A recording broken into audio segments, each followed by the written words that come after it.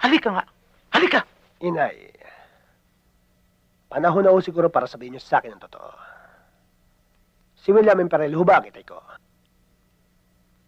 Aaminin ko. Nagsama kami ni William noon.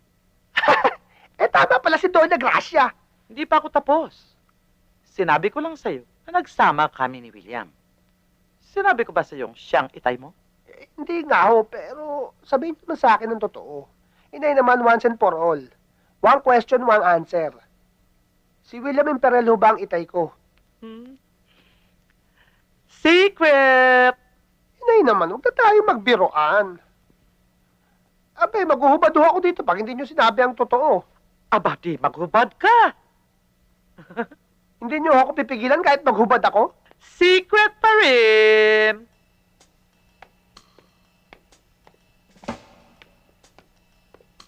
Oh, Father, ba't ka nakahubad? Secret!